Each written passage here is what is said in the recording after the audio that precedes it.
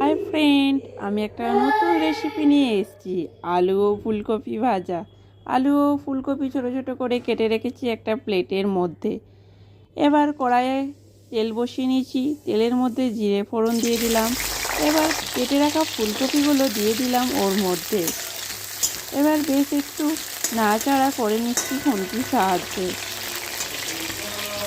আবার একটু নেড়ে নিলাম। এবার একটু লবণ দিয়ে দিলাম যাতে তেল ছিটকে না পায়।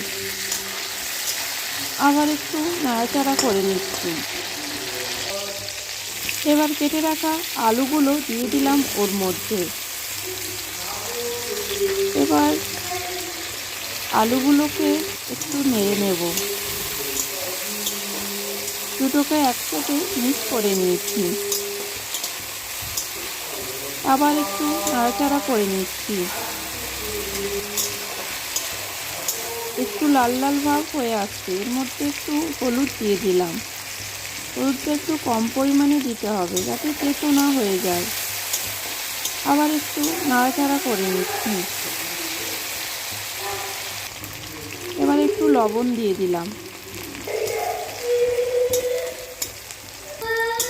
আবার একটু নাড়াচাড়া করে দিলাম। এবার একটু আলুটা লাল লাল হয়ে এসছে। এইভাবে কিছুক্ষণ নাড়াচাড়া করে নিতে হবে। এরপর একটা চেরা কাঁচা লঙ্কা দিয়ে দিলাম যাতে ঝাল না হয়। আবার একটু নাড়াচাড়া করে নিচ্ছি। আস্তে আস্তে অনেকটা লালচে ভাব দুটোই হয়ে গেছে। এবার একটা খুন্তির সাহায্যে এটা তুলে নিচ্ছি। এবার প্লেটের মধ্যে রেখে দিয়েছি। দারুণ লাগছে।